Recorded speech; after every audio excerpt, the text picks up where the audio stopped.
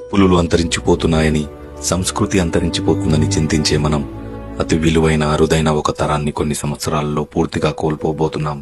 మన మూలాలు పల్లెలే అని, ఉన్న ఊరికి ఏదో చేయాలని భావించి ఆ తరం కోల్పోయి ఏముందులే డడ్డీ విలేజ్ లో అనుకునే కొత్త తరం వైపు అడుగులు వేస్తున్నాం. ఒక చీర, చొక్కా, పంచ 10 ఫంక్షన్లో వేసుకుని ఎవరినీ జడ్జ్ చేయని అమాయక తరం వదులుకొని ప్రతి ఒకేషన్లో అవసరం లేకపోయినా కొత్త డ్రెస్సులు కొనుక్కునే నవతరాన్ని ఆహ్వానిస్తున్నాం.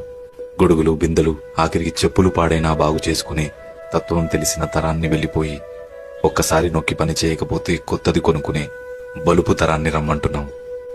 లావైనప్పుడు కుట్టు విప్పి, సన్నబడ్డప్పుడు కుట్టు వేసి బట్టలు వాడే తరం నుంచి మంచుకున్న బట్టల్ని ఎక్కడెక్కడో చించుకునే వింత తరంలోకి వచ్చేస్తున్నాం. డబ్బులంటే సంతోషమని, కుటుంబం అంటే బాధ్యతని భావించే మంచి తరం వెళ్లిపోయి పిల్లలంటే ఖర్చని, భాగస్వామి అంటే భారమని భావించే తరానికి నాంది పలుకుతున్నాం. నీకు చందమామ చూపిస్తూ, గోరుముద్దలు తినిపిస్తూ అమ్మతత్వం ఉన్న తరాన్ని మర్చిపోయి ఏం కావాలన్నా ఆన్లైన్లో ఆర్డర్ పెట్టుకో, డోంట్ డిస్టర్బ్ మీ అనే కొత్త అమ్మతనాన్ని అలవాటు చేసుకుంటున్నాం. అమ్మ వారిలా కనిపించిన అమ్మ వాడిపోతున్న కొమ్మ ఆకులా కనిపిస్తున్నా గుర్తించలేకపోతున్నాం. నలుదిక్కులు శాసించిన నాన్న ఒక మూల కూర్చొని దిక్కులు చూస్తున్నాడని గ్రహించలేకపోతున్నాం. వీరు అంది